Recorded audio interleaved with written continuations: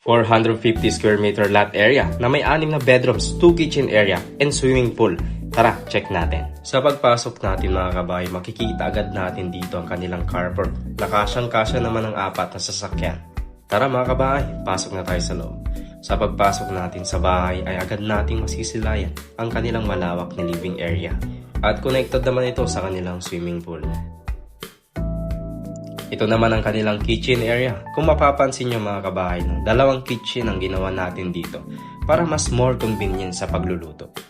Dito rin matatagpuan ang kanilang dirty kitchen. Mayroon na rin siyang hanging cabinet and countertop. Open space ang ginawa natin dito sa ground floor kung saan connected ang living, dining, kitchen area para ma-feel talaga natin ang lawak ng bahay.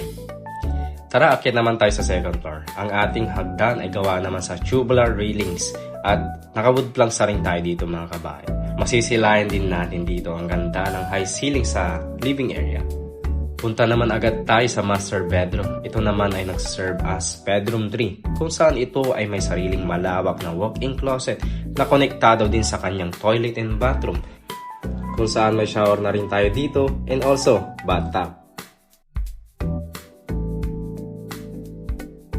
Ang kagandahan rin nito mga kabahay ay may sarili siyang balcony kung saan tayo ay makakapag-relax at kung gusto natin lumanghap ng mga sariwang hangin sa labas.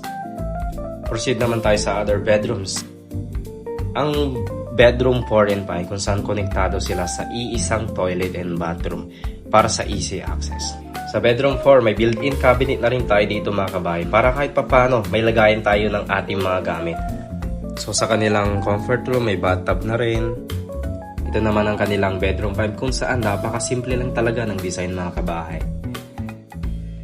Nakapaglagay pa tayo dito ng storage room para sa lagay ng ating mga sobrang gamit. Punta naman tayo sa bedroom 6 na may sariling toilet and bathroom and nakapaglagay pa tayo dito ng built-in cabinet. Recap lang mga kabahay, no? Kasulukuyan pa itong ginagawa pero kita nyo naman ang ganda at lawak ng bahay.